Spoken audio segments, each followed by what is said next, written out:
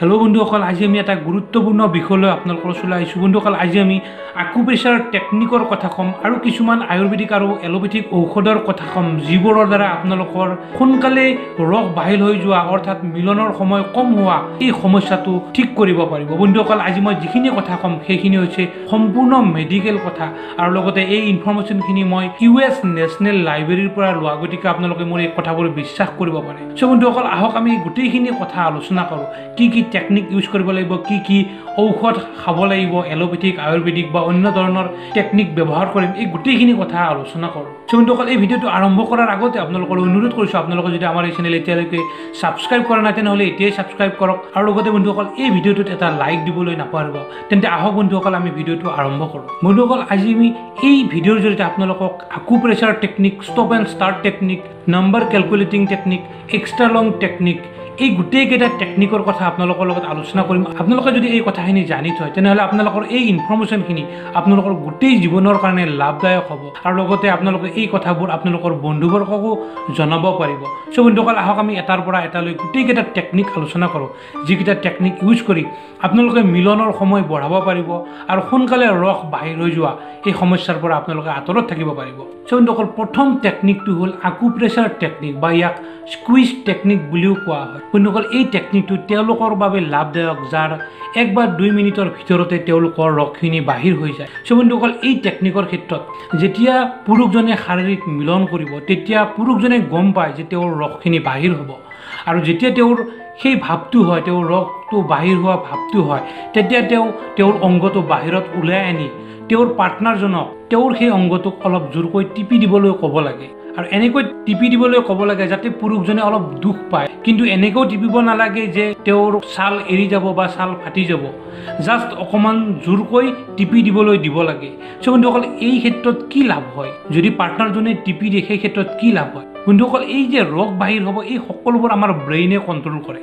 So যেতিয়া পুৰুষজনৰ ৰসটো বাহিৰ হ'বলৈ আহিব তেতিয়া পুৰুষজনে উলিয়াই আনি যেতিয়া পাৰ্টনাৰগৰাকীয়ে জোৰকৈ টিপি দিয়ে তেতিয়া তেওঁ অকণমান দুখ পাব আৰু তেওঁৰ ব্ৰেইনত সেই ছিগনেলটো গুচি যাব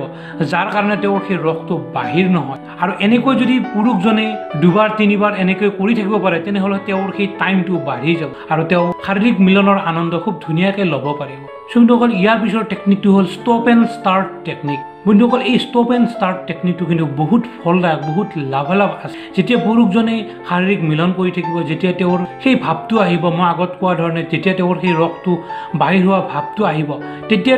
তেওঁৰ অংগটো তাৰ পৰা উলিয়াই আনি অলপ সময় তেওঁলোকে কথা বতৰা পাতিব লাগে তেওঁলোক দুয়োজনে অলপ সময় কথা বতৰা পাতিব লাগে আৰু তাৰপিছত আকৌ তেওঁলোকে ষ্টাৰ্ট কৰিব লাগে এনেদৰে যদি তেওঁ বাৰে বাৰে তেনেকৈ কৰি থাকে তেনেহ'লে তেওঁলোকৰ সেই টাইমটো বাঢ়ি যায় তেওঁলোকৰ ৰস দেৰিকৈ ওলাব আৰু তেওঁলোকে শাৰীৰিক মিলনৰ আনন্দ খুব ধুনীয়াকৈ ল'ব পাৰিব ইয়াৰ পিছৰ টেকনিকটো হ'ল বন্ধুসকল নাম্বাৰ কেলকুলেটিং টেকনিক বন্ধুসকল এই নাম্বাৰ কেলকুলেটিং টেকনিকটো সেই টেকনিক দুটাৰ দৰে বহুত কিন্তু লাভদায়ক যেতিয়া তেওঁলোক শাৰীৰিক মিলন কৰি থাকে যেতিয়া পুৰুষ আৰু মহিলাগৰাকীয়ে শাৰীৰিক মিলন কৰি থাকে পুৰুষজনে 1ৰ পৰা 3লৈ নাম্বাৰ কেলকুলেটিং কৰি থাকিব লাগে অৰ্থাৎ তেওঁ 1 2 3 4 এনেকৈ মাতি যাই থাকিব লাগে তেওঁ যদি 3লৈ মাতি যাই থাকিব পাৰে তেনেহ'লে 1ৰ পৰা 3লৈ তেওঁ 5 মিনিট সময় থাকিব যদি তেওঁ এই সময়খিনি শাৰীৰিক মিলন কৰি থাকিব লাগে তেনেহ'লে তেওঁৰ 1 বা 2 মিনিটত যিটো তেওঁৰ ৰস বাহিৰ হৈ যোৱা সমস্যা সেই সমস্যাটো নাইকিয়া হৈ যাব অৰ্থাৎ পুৰুষজনৰ মনটো এই নাম্বাৰটো মাতি থাকোঁতে তেওঁৰ এই মনটো ইয়াতে থাকিব যাৰ ফলত তেওঁৰ শাৰীৰিক মিলন কৰা সময়খিনি বহু সময়লৈ থাকিব বন্ধুসকল আপোনালোকে মনত ৰাখিব যেতিয়া আপোনালোকে শাৰীৰিক মিলন কৰিব যদি আপোনালোকে খুব খৰধৰ কৰে খুব তাড়াতাড়ি কৰে যে কামটো হৈ যাব লাগে আমি যাব লাগে যদি তেনেকৈ ভাবে তেন্তে আপোনালোকৰ কিন্তু এই টেকনিকবোৰে কিন্তু কোনো ৰিজাল্ট নিদিয়ে যেতিয়া আপোনালোকে শাৰীৰিক মিলন কৰিব তেতিয়া আপোনালোকে সম্পূৰ্ণ টেনশ্যন ফ্ৰী হ'ব লাগে আপোনালোকৰ মনত কোনো চিন্তা ৰাখিব নালাগে আৰু আপোনালোকে যথেষ্ট টাইম ল'ব লাগে তেতিয়াহে এই টেকনিকবিলাক ইউজ কৰিলে আপোনালোকৰ ধুনীয়া কাম কৰিব ইয়াৰ পিছৰ টেকনিকটো হ'ল এক্সট্ৰা লং টেকনিক বন্ধুসকল এই টেকনিকটো আগৰ টেকনিককেইটাৰ দৰে বহুত লাভদায়ক টেকনিক বন্ধুসকল যেতিয়া পুৰুষজনে বেলুন ব্যৱহাৰ সেই বেলুনটোত কিছুমান লিকুইড থাকে যিবিলাক এক্সট্ৰা লং বেলুন থাকে বন্ধুসকল ইয়াত বেলুন মানে মই কণ্ডমৰ কথা কৈছোঁ যিবিলাক এক্সট্ৰা লং বেলুন থাকে সেই বেলুনবোৰত এবিধ লিকুইড থাকে সেই লিকুইডটোৰ কাৰণে পুৰুষজনৰ সময়খিনি অলপ বাঢ়ি যায় যদি পুৰুষজনে এই বেলুনটো পিন্ধি পেলাই তেওঁলোকে শাৰীৰিক মিলন কৰে বা পুৰুষজনে যদি এই বেলুন পিন্ধিবলৈ বেয়াও পায় তেওঁ কিছু সময়ৰ কাৰণে এই বেলুনটো পিন্ধি তাৰপিছত বেলুনটো খুলি দিলে সেই ৰসখিনি তেওঁৰ সেই অংগত লাগি থাকে, যাৰ ফলত সেই ৰসখিনি তেওঁলোকৰ টাইমটো বঢ়াই দিব, তেওঁলোকৰ ৰসটো সোনকালে ওলাই নাহিব। চ' বন্ধুসকল এই এক্সট্ৰা লং টেকনিকটো কিন্তু আপোনালোকে ব্যৱহাৰ কৰিব পাৰে। বন্ধুসকল ইয়াৰ পিছত আদাৰ কিছুমান টেকনিক আছে, এই টেকনিকবিলাকো কিন্তু বহুত ভাল ফল দিয়ে। বন্ধুসকল ইয়াত আছে প্ৰথমতে ডায়েটত আপোনালোকে জিনচেং ল'ব পাৰে আৰু ডেটছ ল'ব পাৰে আৰু হেল্ডি ডায়েট ল'ব পাৰে। বন্ধুসকল এই জিনচেং আৰু ডেটছ, জিনচেং যদি আপোনালোকে ডেইলি 1 চামুচকৈ খাব পাৰে, এই জিনচেং আপোনালোকে এমেজন বা ফ্লিপকাৰ্টৰ যোগেদি আপোনালোকে অৰ্ডাৰ কৰি আনিব পাৰে। এই জিনচেং যদি আপোনালোকে ডেইলি 1 চামুচকৈ খাব পাৰে, তেনেহ'লে আপোনালোকৰ গোটেই দিনটো ই ফিট কৰি ৰাখিব আৰু লগতে আপোনাক সকলো ধৰণৰ কাম কৰিবলৈ আপোনাৰ বডিত ই বল যোগাই থাকিব। আৰু লগতে বন্ধুসকল আপোনালোকে যদি ডেইলি 3টাকৈ ডেটছ খাব পাৰে, অৰ্থাৎ যদি 3টাকৈ আপোনালোকে খেজুৰ খাব পাৰে, তেনেহ'লে আপোনালোকক কিন্তু ই খুব ধুনীয়া এনাৰ্জি দিব আৰু ই আপোনাক যিকোনো কাম কৰিবলৈ ই বহুখিনি আপোনাক শক্তি দিব।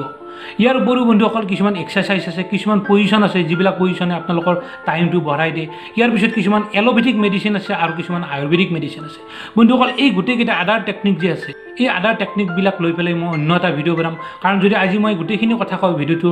বহুত দীঘল হৈ যাব।